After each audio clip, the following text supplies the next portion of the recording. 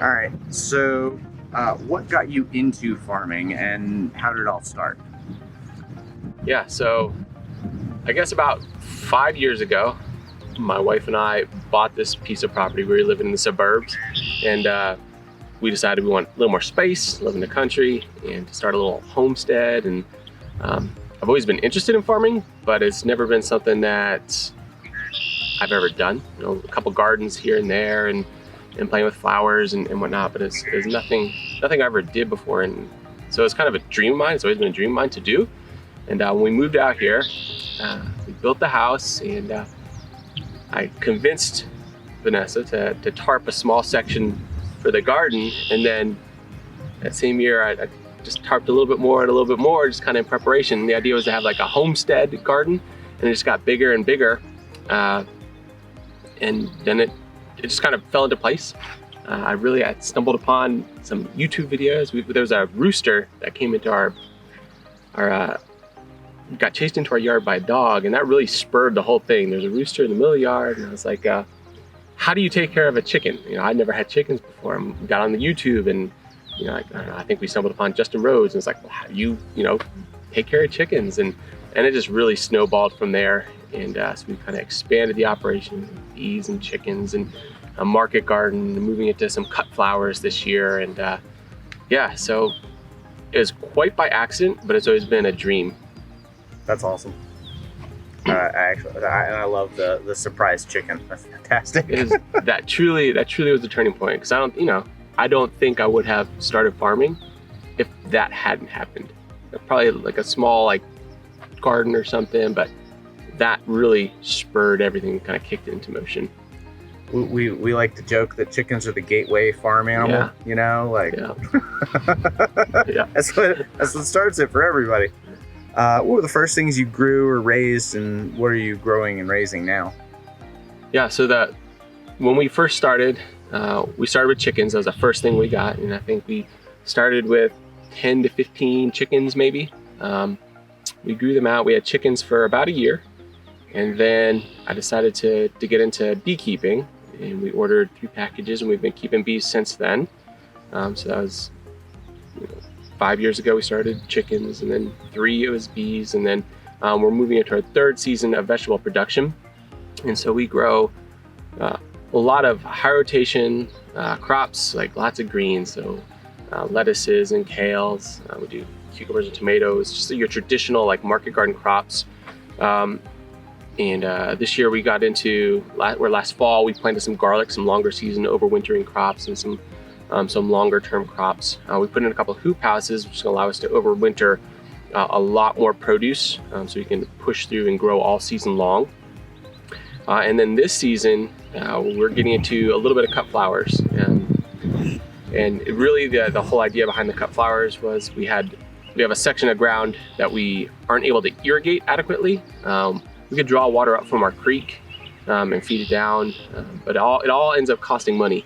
And so the cheapest way to irrigate this is to do some dry farming. And so we tarped it over, we put in some compost mulch, and then we put landscape fabric over top. And the hope is that keeping it small and cut flowers being as profitable as they can be, we're able to space them out in the landscape fabric, and we won't have to water as much. So I'll be able to get out there with the backpack sprayer and just pump water and fermented juices into the soil, and that should hopefully take care of it. Because we could do corn, and we're planning on doing some squash and zucchini stuff, but that stuff isn't super profitable. And when you have a farm our size, you really need to be thinking about what is the most profitable thing you can put in the ground per square foot, because our farm is super small. And so that's what we're growing. And then we dabble with some other things. They're not really for market, but we put in a grapevine with some grapes. We do some berry bushes, and but yeah, that's primarily what we're growing. Awesome. What are some of your favorite methods for raising or growing regeneratively? Let's see. I guess as far as regenerative agriculture goes, and kind of stewarding the land, not spraying, so we don't really spray anything at all. If we do, it is a biocreative product that's on the farm. And so all we're doing is taking indigenous microbes and propagating them, and then adding them to our soil.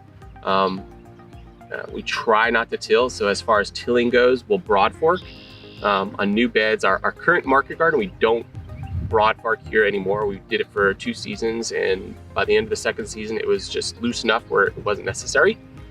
So we don't broad fork. We broad fork on the new land that we're opening up. And as far as tilling, we use a tilter, and depending on what I'm growing, I may tilt the soil. And so basically it's a small battery powered rototiller, and it just goes to that top inch of soil, and it just mixes the compost with the native soil a little bit without disturbing the weed bed or the weed seed bed and the fungal networks that are truly kind of building into the soil. And we do that occasionally depending on what we do. If we're doing transplants, I don't do that. But if we're doing direct seeded crops like carrots, I find it pretty necessary because carrots have to have really good soil contact. So minimizing tilling as much as we can, not spraying anything. And moving forward, my plan is to not even purchase amendments. And so those organic amendments, just not adding those to the garden at all, using compost and then the indigenous microbes that I'm able to grow on my farm itself. We have a creek that runs along our whole property, and we try and maintain a riparian waterway, like a buffer, to make sure that we don't have leaching that goes into the waterway. We add birdhouses everywhere, so everything is as natural as it can be, right? Farming inherently is not going to be natural because we're cultivating specific crops that aren't native to our area, but we do what we can to feed the soil and feed the local biome. Awesome. That's awesome. I was wondering if there was any way you could like leach off of the existing creek. Our plan is actually, so I want to put cisterns up on the hillside at elevated point and do a ram pump, so passively pumping water up and then having a gravity feed down. We just gotta get the money to buy the cisterns is really the expensive part, the piping, whatever. We buried cisterns this past year off the backside of the barn with the goal, because the barn is basically, it's a big open front barn with parking track and things like that, but it's a lot of surface area with gutter runoff. Down. So we have the cisterns, we don't have the gutter system yet. So every time it rains, we're just like, look at all that water going over. But the cisterns and gravity fed, it's like, we had 2 summers ago when it was just wicked dry. Yeah. And we were concerned about water. So yeah, so our well is a low yield well. We get 3 gallons a minute, and that feeds our house and our garden. No kidding. And so I'm very strategic about when I water, how much I water. And you are. Yeah, that is so picking what I'm using to water, like the wobbler is awesome, drip is great. That's why I'm dry farming this and not running irrigation. Yeah. It's just like it's a game. What are your better selling products, and how have you found to best sell them? So best selling products, lettuce mix is definitely our #1 product. The best way I've found to sell that, keeping it fresh, clean, and lettuce is something that is not grown. It's not easy to grow in the summer, and so if you can keep it growing in the summer, you've got it made. So that's definitely our best growing product, best selling product. And then as far as the other things, turnips and radishes sell amazingly well. Our carrots, they fly off the table as soon as we put them on there. The issue with carrots is they have a really long days to maturity. And so given the limited amount of space that we have, I can't plant them all the time. If I could have another supply of carrots, I would. Nothing beats a fresh carrot. It's crazy. Like that stuff you get at the store doesn't even compare. They're so sweet. It's amazing. So those are our #1 sellers. Tomatoes also, great seller for us. Benefits to making those work. So our first year we grew in the field, so field tomatoes. The second year we had our hoop house, our first hoop house went in, and the yield difference was insane. Just having that protected culture where we can protect the leaves and the soil, it was a really, really good change for us. We also use grafted tomatoes, and I think that does make a difference. They fight off disease better, and they're a little more rigorously growing plants. They have a root system that is designed to just go bonkers. And then when you graft it with the right fruiting vine, it's just a great combination. So that is those are probably our most profitable crops, at least the ones that we sell the most of. There are other crops that are profitable, like garlic, right? Carrots, but they're profitable, but they take a really long time to grow, and it just doesn't make sense as far as like bed space goes. Right. Especially when you were saying before about, you know, when you get a limited space, Yeah. you have to focus on what'll sell. Limited space, yeah. And I think that some of the strategy to making those things profitable is like the freshness, right? Mm-hmm. So we come out Thursday morning, we cut it early in the morning, so it's super cool. Then we bring them inside, we put it in the walk-in cooler, so they stay cold. They're only, you know, the distance from our garden to our house is, you know, like 200 yards maybe. We walk 200 yards, they're right in the cooler, and they're super, super fresh, stay cold the whole time. So the shelf life on them, you know, it's 2 to 3 weeks on a half-pound bag of lettuce. Right. So it's pretty good. Do you guys have a walk-in? Yeah. That's awesome. I was literally saying this morning, I was like, we need a walk-in. We need one. Yeah, we found a small one on, you know, Facebook Marketplace, and I had some friends in Pennsylvania. They did the exact same thing right before they started processing hogs of their own.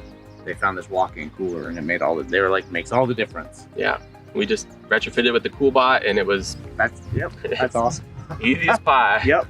Do you market yourself or do you market your foods as regenerative, or if not, how do you market them? So our farm is certified naturally grown. So that is not an organic, so it's not USDA organic, but it meets or exceeds the USDA organic standards. And the difference being is that you're peer reviewed versus reviewed by a government agency or a company affiliated with the USDA. So we're CNG, certified naturally grown. And so I don't market myself necessarily as regenerative. I don't say I'm a regenerative farmer. But when I'm talking to customers and folks about how I grow, I'm speaking the regenerative language. And so it's not necessarily, because I think, you know, for me, you know, a lot of this terminology, and it's all buzzwords, and people might not understand what the buzzword means. So if you can just talk about how it is that you grow, like, I don't till the soil. I'm like, well, why don't you till the soil? Everyone tills the soil. And I just talk about why I don't till. And I talk about, you know, why I'm adding compost, why I grow the types of plants that I grow, and you know, why I'm small, like all those things. I talk about that, and people understand that. They understand that versus the word itself. I mean, you can give anyone a definition of whatever word you want to, but if you really dive into the why and the how you do it, people get it. And so I don't market myself as the word regenerative, but everything I speak to is regenerative. It's fantastic. That was like the best description of it ever. That was awesome.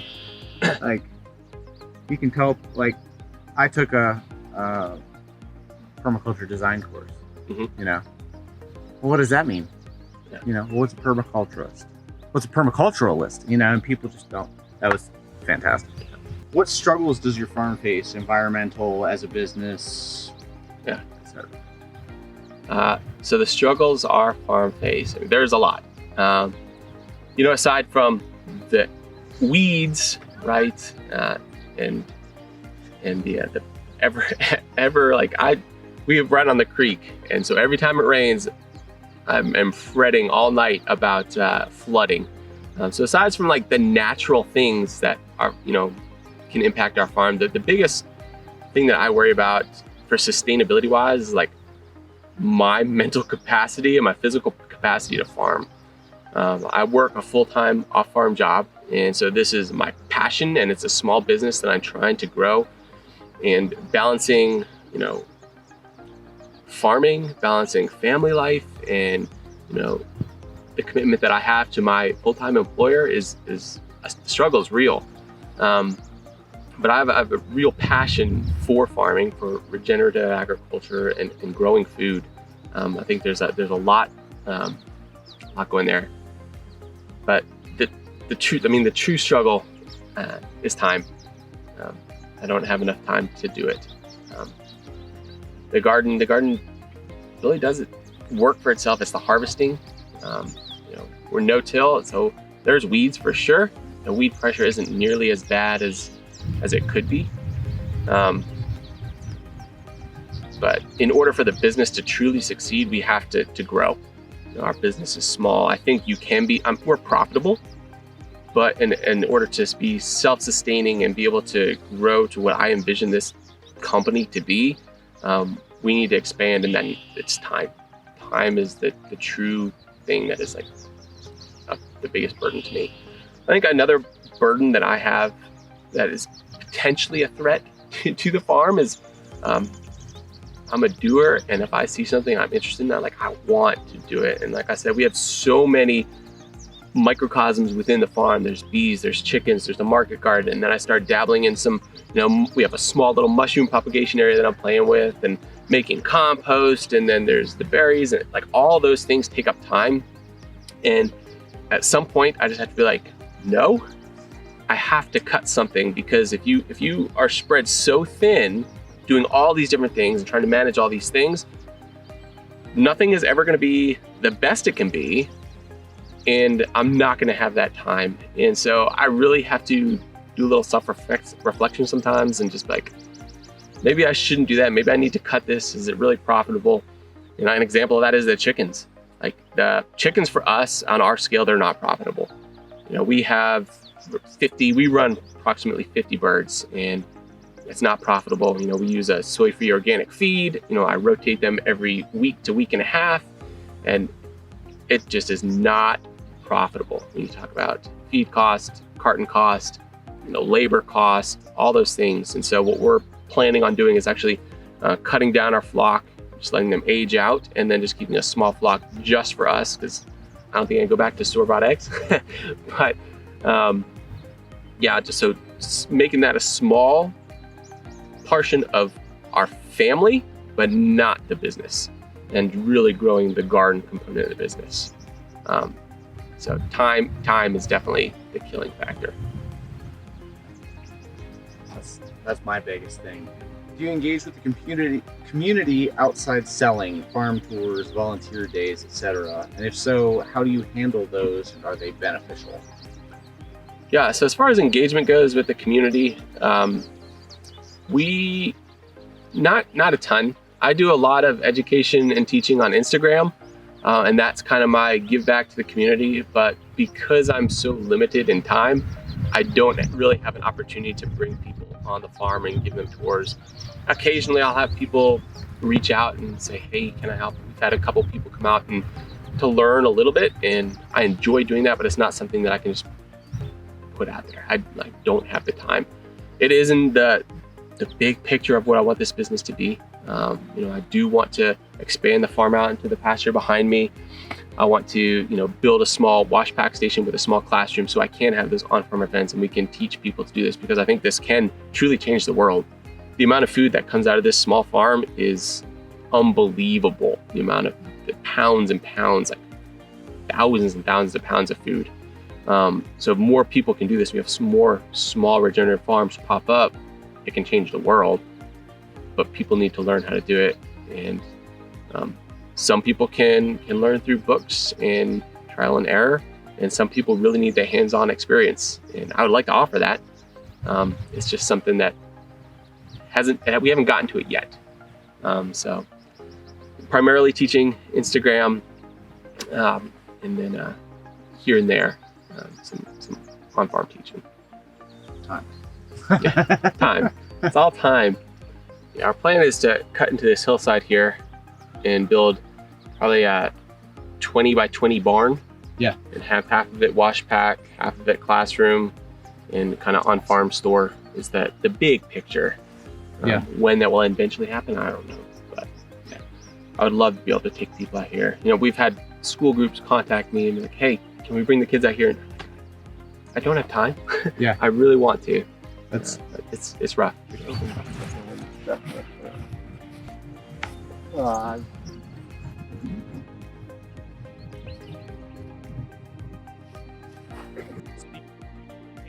like your crops. There's no specific rotation like of what organic would need. But if I have a brassica, I try not to follow it with the next planting. So like this is going to stay all the way till next season, and then it won't be a brassica next year. But The brassicas are the big one. Brassicas and alliums. Lettuce, I'm not too worried about. I'll throw that wherever. But everything else just kind of gets moved and changed, so that it's not planted directly after, but it will be, like, it might be, so that's baby kale, and then it might be lettuce, and then it might be baby kale again. But I just don't want to have it stay there for like too long, so that we build up pest pressure. Okay. Do you get, I don't want to say bogged down, but I know some people can analysis paralysis, companion planting? No, I don't. I mean, we do, and for the most part, when I'm doing companion planting, really, it is in the hoop house. We haven't done it yet, but it will be when we get it. Right. We have ginger, some other stuff that'll be companion planted in there. And then as far as, yeah, I don't fret about that. I think that's just way overthought, and I just... Final question. What are your hopes for the regenerative movement? And what do you hope more people will do to be actionable? My hopes for the movement, I hope that it stays small. I think if you look at what happened with USDA Organic, that is a really good thing, but there are components to it that I just don't agree with. And the organic movement was so structured, and it was set up, and then the government got a hold of it, and it just went to the wayside. And organic was very well defined, very set up. And my concern with regenerative is that it doesn't necessarily have that structure in place quite yet.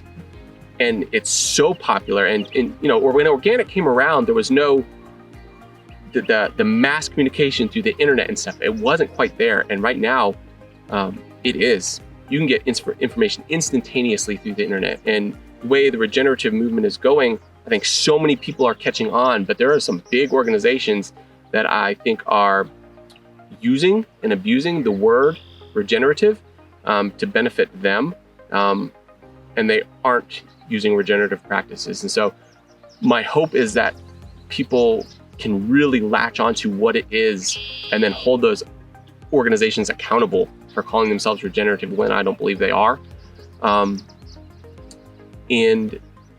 so if becoming more structured, I think, is really important, and being mindful of how you tie into the government if you do, and then being just very intentional about defining what regenerative actually is. And then as far as the movement, I truly hope people understand what regenerative is, and then start building farms or having a small garden and doing the things themselves. Because I think when you think about regenerative as a whole, if you take that big picture of agriculture out of it, and you think about regenerative agriculture, regenerative farming, regenerative gardening, it's being mindful about the soil and the earth in your practices, and utilizing the ground and the soil as best you can, and being intentional about what it is that you do. And so anyone growing anything, you know, what are you spraying? Do you need to spray anything? What soil practices are you using? Are you incorporating biointensive practices into that element? How are you taking care of the soil?